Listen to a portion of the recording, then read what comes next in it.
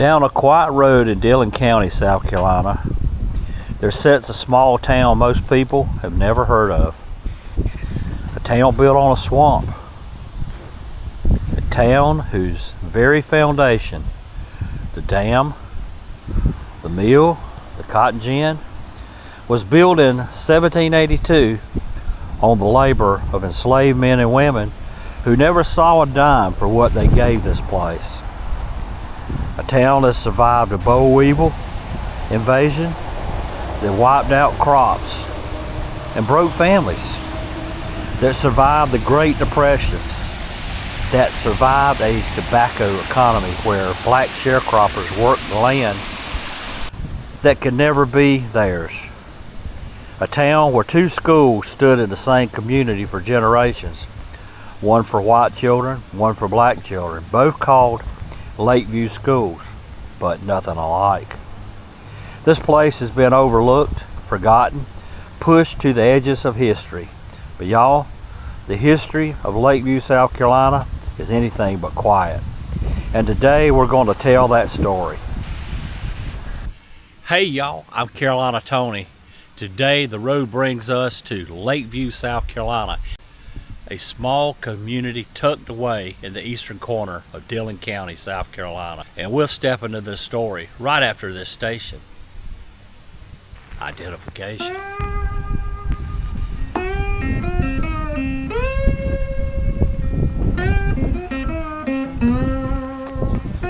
This is the site of the first post office in Mill Joe Page's store.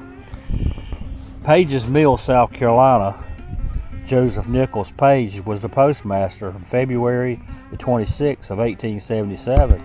Now the name was changed to Lakeview in March the 18th of 1916. All right, y'all, let's go back to the beginning of this story. The year is 1782. This part of South Carolina, up to what was then Marion County, was wild and isolated country.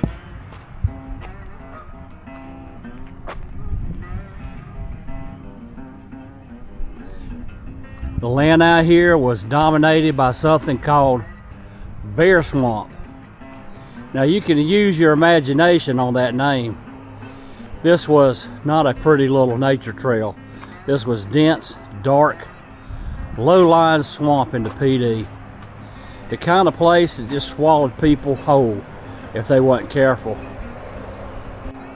The Sarah Indians had called this territory home for generations before the European settlers started pushing into the area, and those settlers found this land hostile and hard. Into that swamp came a man by the name of Major William Ford. Now Major Ford, he had a vision. He looked at Bear Swamp and saw something most people couldn't see. He saw water, and water meant power. So he built a dam at both ends of the swamps, drained enough of it to create a mill pond, and on that mill pond he built a grist mill, a cotton gin, and a little operation that would power what became this entire community. Now here's where the story gets dark, right from the start. 1792 was still the era of slavery in South Carolina. Cotton gins don't run themselves. The labor that built Ford's mill, the labor that picked the cotton, that worked those fields, that maintained the dam, came from enslaved people. That was the first dark chapter of Lakeview's history, and one that doesn't have an historical marker on the side of the road. Think about that.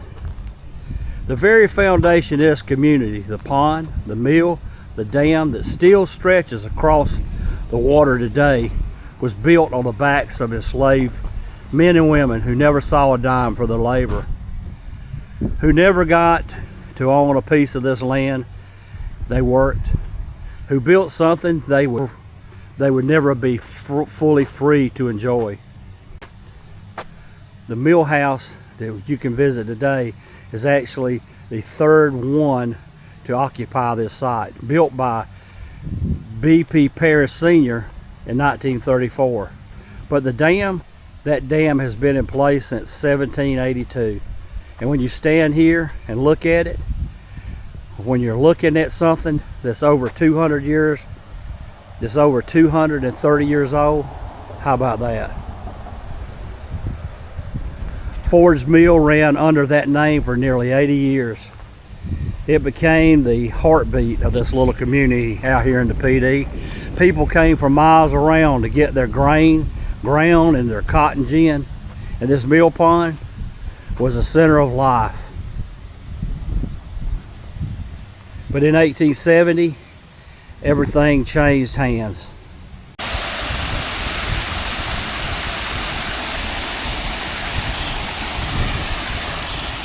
I guess you would call downtown Lakeview.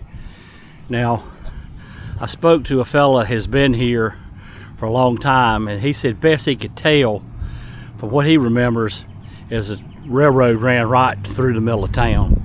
Or at least we knew it was close to here. He did say he knew for sure that right over here is where the train depot was. He said he believes that it was moved back. Let's walk over and get a closer look.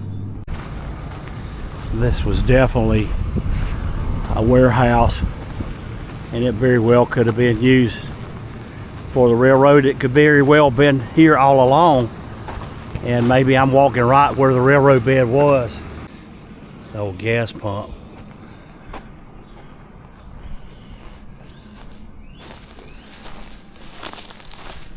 And he said this was the depot.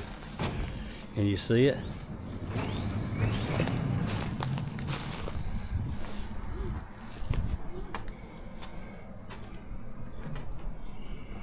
Oh look, kitty, kitty, kitty.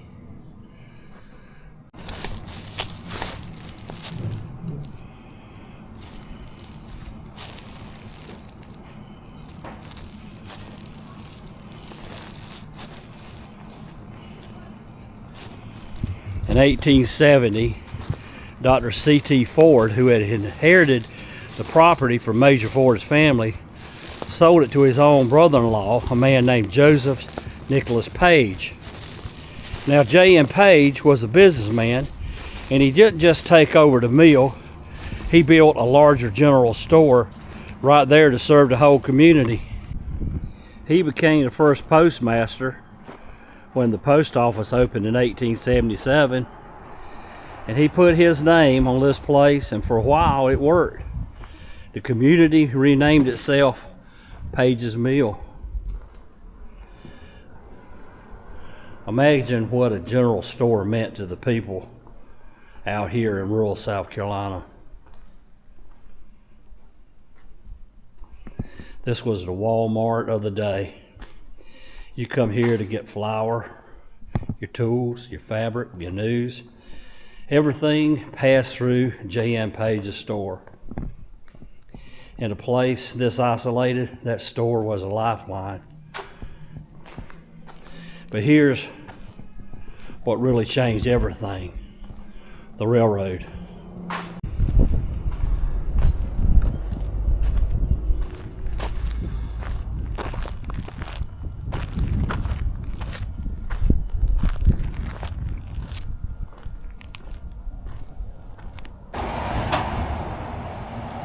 Around the year 1900, the railroad came through Dillon County. And I want you to understand what a railroad meant to a small rural town in South Carolina in 1900. It wasn't just transportation. It was survival. You could ship your crops to markets you never had access to before. It meant goods could come in at a price people could afford. It meant the outside world could finally reach you.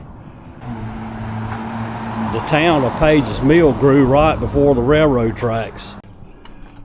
The town incorporated as Page Mill on February 26, 1907. Then in 1910, this whole area became part of the newly created Dillon County. And then in 1916, 9 years after incorporation, the town voted to change its name. They left Page's Mill behind and became Lakeview. I did confirm, because like with any kind of Investigation and exploring. If you want good, accurate information, you need to go to feed stores or hardwares. Where we're standing right now, this is where the passenger station was built, right here. It was built by the Raleigh and Charleston Airline Railroad. It's not here anymore. It later became part of the Seaboard Airline Railway and then Atlantic Coastline Railway, and then it was the CSX. This old depot, it was used for many years before it's torn down. And yes, the railroad, the rails themselves ran right down through the middle of town. This went from Charleston to Fayetteville, in fact. That way is Fayetteville. Back that way is Charleston. Way down there, that's a long straight road. And a lot of times, long straight roads, kind of indication there was a railroad nearby.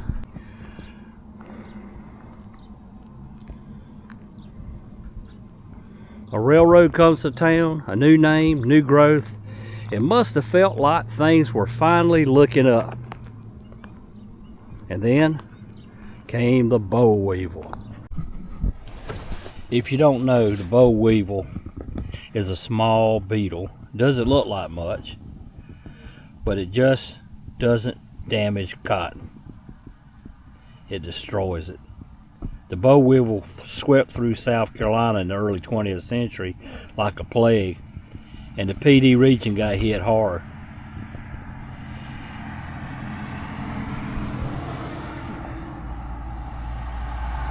Field after field, farm after farm, gone. For families in Lakeview, this wasn't just a financial devastation, it was existential. Cotton had been the backbone of the economy for generations. When the boll weevil came through, there was no backup plan, no government bailout, no safety net. Families who had farmed this land for generations didn't know what to do. And then, just when the people were starting to figure out alternatives, the Great Depression hit. The 1930s nearly emptied out rural South Carolina countryside. You couldn't sell what little you grew. Banks failed. Families walked away from the land they had worked for their whole lives. The population of small communities like Lakeview shrank as people fled north looking for any kind of work. Now, Dillon County eventually found its answer in tobacco. They started calling themselves the Golden Land. By 1997, Dillon County's tobacco yield had reached $18.6 million. Tobacco saved the region economically, but tobacco came with its own dark history. And that history is tied directly to the lives of black families right here in Lakeview. After the Civil War ended in 1865, slavery was abolished. You might think that the story gets better for black families in a community like Lakeview and across the South. And it did. Not for a long time. What replaced slavery across the South was a system called sharecropping. Historians have called sharecropping slavery rerouted. But it wasn't necessarily for black families because poor whites sharecropped as well. It was a new thing that came about, made from an old thing. Here's how it worked. A family, most of the time formerly enslaved or poor, with nothing to their name, would go to a white landowner or a landowner and agree to farm the land in exchange for a share of the crop. Sounds fair on the surface, but the landowner controlled everything. He decided what you grew. He controlled the store where you bought your seeds, your food, your tools on credit, and he also kept books. By the time the harvest came, the sharecropper most always owned the landowner more than he earned. And before we get too far into this story, I will tell you that one of my ancestors in the 1860s was a sharecropper. The debt carried over to the next year and the year after that. You couldn't leave because you owed money. You couldn't own land because you had no cash. The system was deliberately designed to keep people poor and families trapped. In Dillon County, tobacco farming was brutal. Labor-intensive work, long hours in the heat, curing the leaves in those old flu-cured barns that dotted the Pee Dee landscape, working the auction floors. Families in the Lakeview worked tobacco for generations, and the wealth they created flowed upward, never back to them. The oral history archives document stories from right here in Lakeview. Real voices, real people who lived through this system in this community, and those stories deserve to be heard. When you drive through Lakeview today and see the beautiful mill pond, that cypress swamp, those quiet back roads, I want you to hold to that piece alongside the history, because behind that piece, a story of suffering goes way back over 200 years. This is Bear Swamp Baptist Church. It was founded in 1785. It's also the site of the meeting house. On December 22nd, 1801, 1 acre on the north side of Bear Swamp was deeded for the use of the Baptist Society. Local tradition says that the meeting house, which stood on this site tract, was built in the 1780s and was used as a campsite by travelers between Fayetteville and Georgetown. In 1831, the Baptist Society was constituted as Bear Swamp Church.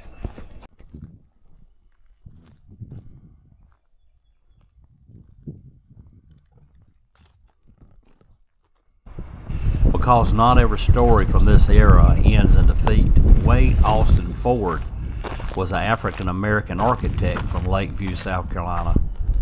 An African-American man from a small town, segregated Pee Dee town in the area of Jim Crow, became an architect. He designed and oversaw the construction of this church. The South Carolina Department of Archives and History recognizes him as a significant figure in African-American history in this state. He beat the odds that this system had stacked against him from right here, a town that the rest of the world had mostly forgotten about. So what is Lakeview today? It's a small community, about 1,000 people, still sitting out here in eastern Dillon County, 13 miles east of the city of Dillon. The mill pond's still here, 395 acres, including cypress swamp, with 2 beautiful spillovers. The old dam Major William Ford built in 1792 still stretches across this water. You can walk out here and put your hand on history. The railroad station's gone, Main Street's quiet, the tobacco era's faded, and Dillon has shifted towards manufacturing and distribution. Interstate 95 has brought in new industry to the county. But Lakeview itself, this little town, built on a swamp in 1792, feels like a place that time has moved on from. And what gets me is every time I come through places like this, the history here is real. The people who suffered here, the people who triumphed here despite everything, they were real. They deserve to be remembered, not just in textbooks and archives that somebody reads, but out here in person, walking the ground that they walked. So next time somebody asks you about South Carolina history, don't just think about the grand plantations, the famous battlefields. Think about Lakeview. Think about this dam on Bear Swamp built in 1792. Think about the cotton gin that ran on enslaved labor. Think about sharecroppers who worked the cotton fields and tobacco fields that they could never own. Think about the children who walked to Gordon High School while another school sat across town. Think about Wade Austin Ford, who looked at all of that and became an architect anyway. That's the real history of Lakeview, South Carolina. Y'all, if you enjoyed uncovering this hidden history right here in South Carolina's Pee Dee region, be sure to give us a big old thumbs up. Be sure to share this video with your family and friends. And if you have not yet subscribed, please do so. I'd really appreciate it. Definitely will help this channel grow. Again, thank you for watching. But until next time, y'all have a good day.